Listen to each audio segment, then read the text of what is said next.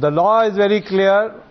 Tulsi is a genius of a lawyer, and he can make black look white, white look black. That's his strength, and I respect him. But he is totally at sea on this. The fact is that Hindustan Times was also founded by Congress people, and it's still dominated by Congress people, and it's still perceived as a mouthpiece of the Congress party. That's not. But I don't want Congress party. I don't want to get into that. No, let's not. I don't want to hear on this platform talk about other media organizations. That's all. Yeah, thank you. Well, you are talking about National Herald. That is another media organization. Can we come back to the subject? Yes. By this transaction, I'm coming back. I am in the subject. You are getting out of the subject. I am telling you that National Herald is being, its last rites have been performed by Young Indian.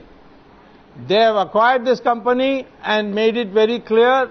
Mr. Rahul Gandhi has told the PTI on October 9th, I have got a copy of the statement here with me, that we will not publish any newspapers. Furthermore, I have got the photographs of Mr. Krishna inaugurating the office of Passport Seva Kendra in that building. A number of multinationals have signed up. That building which was given, the area, the land which was given because it was a newspaper, is now being used for commercial purposes.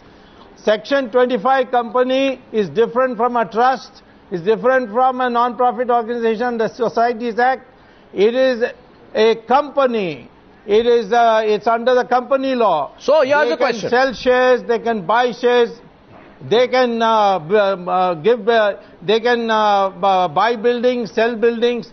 But in this case, where Jawaharlal Nehru once said, not once, 3 times, that I will sell Anand Bhavan, but I will not sell National Herald. Now, they have extinguished National Herald. Large number of employees are before the labour courts asking for their back salary. So here. And what happens to all of them? Here the question tonight, Gaurav Bhatia. Breakdown.